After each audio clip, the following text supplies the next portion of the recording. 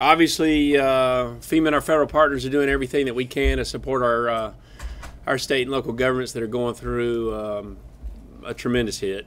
Bottom line, it was one of the most powerful storms that the country's seen since 1851, and I think the TV cameras are revealing what that looks like, particularly in the Mexico Beach area, but there's a lot of damage inland. Last night, the storm also pushed through North Carolina and Virginia.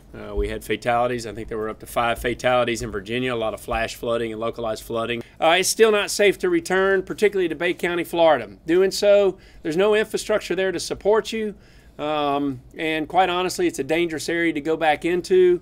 When you have this type of destruction, there's gas lines that are there, there's power lines that are down.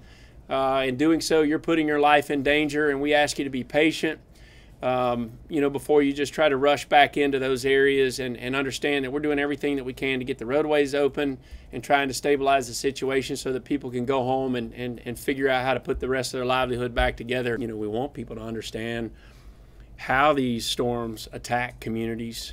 They're classified by winds, but storm surge causes the most amount of loss of life, and it causes the most amount of destruction, and you're witnessing it in Mexico Beach, and I hope that the country won't forget it, and that when you go back to rebuild these areas, that you do so in a resilient fashion, that we don't rebuild to the same standards, that we have locals and state governments start to implement real building codes across this country.